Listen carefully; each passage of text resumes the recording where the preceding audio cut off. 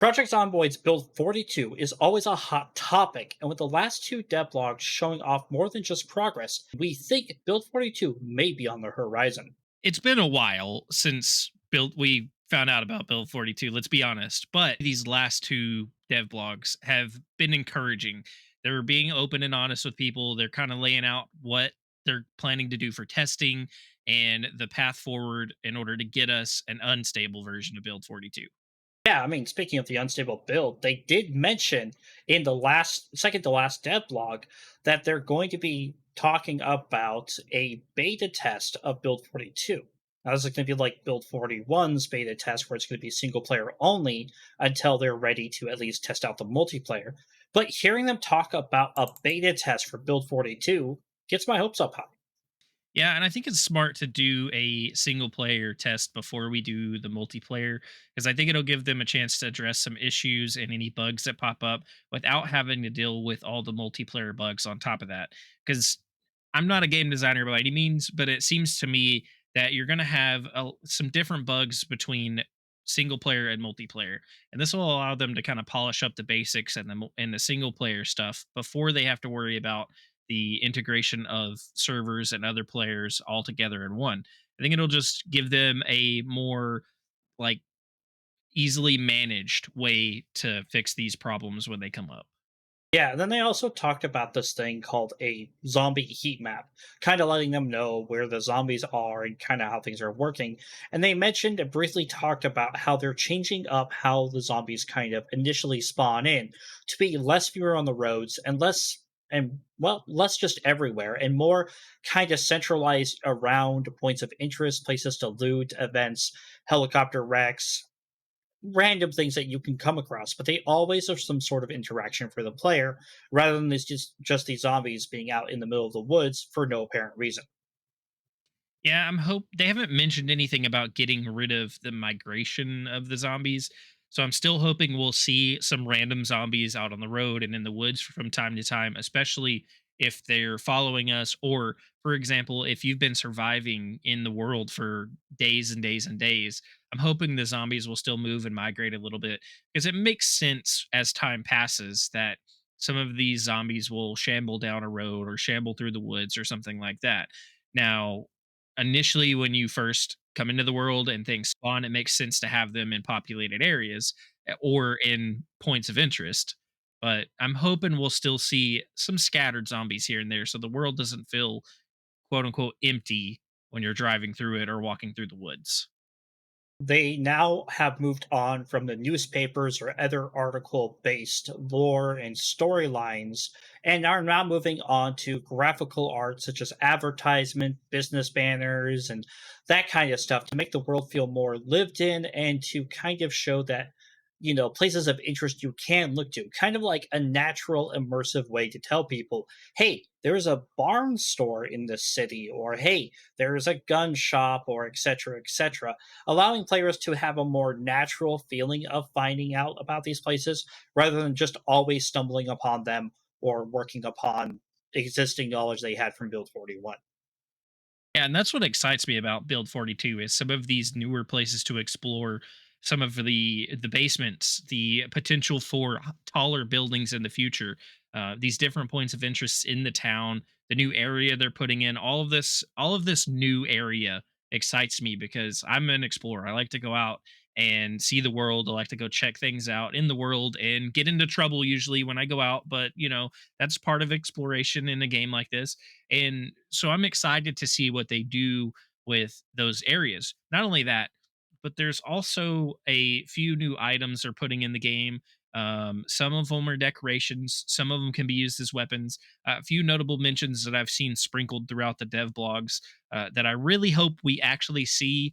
I saw some tabletop role playing game materials in one of the houses in a picture in the dev blogs.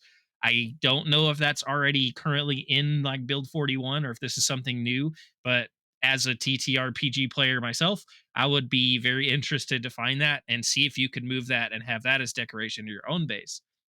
But then they have some very interesting items that you can use as weapons.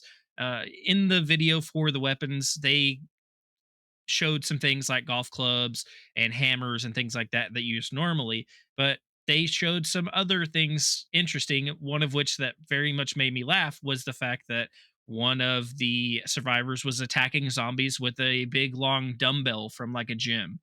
And it was just swinging the dumbbell with weights on the end of it to knock zombies in the head, and it made me chuckle so much just seeing someone swinging that as a weapon. Maybe you can get to plus 10 strength in the game and literally hurl weights at them, you know? But that is wonderful. What I'm excited about is the crafting systems. I'm not excited about just the fact that we can craft new items. I'm excited about the process in general. I'm excited that they're making it more, I guess, long term. Like you're not just writing out the apocalypse, you're actually starting to build a life there. You're getting ready to survive long term and no longer just running around and looting. And that's from the blacksmithing, the pottery, the carpentry bends, a sawhorse. There are so many things being added into this in the form of crafting benches. And they even talk about how crafting itself will not be, you only have to use a bench. You can do it by hand. It's just, it's not always going to be either the best results or you're going to do it at first by hand, but eventually you're going to need a table to do it the best way. They talk about pottery. You can make a clay vase by hand, but it ain't going to be the prettiest vase. Using a pottery wheel is going to give you the best vase. And I like that. I like that not only does your skill do it, but there are also kind of like a little bit of real life kind of realities in it. That no, you can't make a perfect vase by hand. You have to use a pottery wheel. Or you can't, I guess, forge metal. You do have to have a blacksmith shop, you do have to have a proper forge. The other thing I'm excited about, and this is a very broad stroke I'm excited about, that Build 42 is setting all of the foundations for their future updates. And they can expand upon it. And modders themselves are pretty much being handed the keys to Build 42 in this foundation. And they're documenting it very well and keeping in mind modders actually help their game. So they're keeping modders in the loop and they're allowing people to have the ability to learn about these functions when they start to push build 42. I love the fact that they are concerned with modders and the mods that they already have. I'm not a modder myself. I play games with mods, but that's about as far as my knowledge goes for mods. But I love to see the dev blogs that are directed towards modders and letting them know what changes are being made and what ways they're changing things and documenting things to help these modders with their current mods and future mods, because they have already mentioned a thing that they called mod apocalypse. Because build 42 is changing so much from build 41, they're already predicting that a lot of the current mods are either going to be broken or not going to work at all. But they're trying to build in a way so that those can either be fixed or can easily be rebuilt by these modders, so that there's not as much work having to be put in. You're not having to build from the ground level as much as you were before, from my understanding. Yeah, and that's one of the most wonderful things about it overall is that they're considerate to the community that they have, whether it's player base, modders, or their content creators. But the interesting thing about the last devlog is they talked about localization.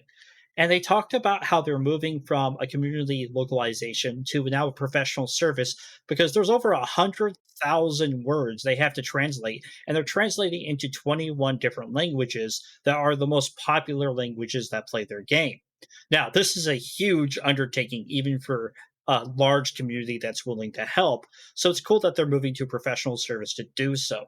But I think this kind of is an indicator to this actually might mean Build 42 beta, at least, is coming sooner than a lot of us think.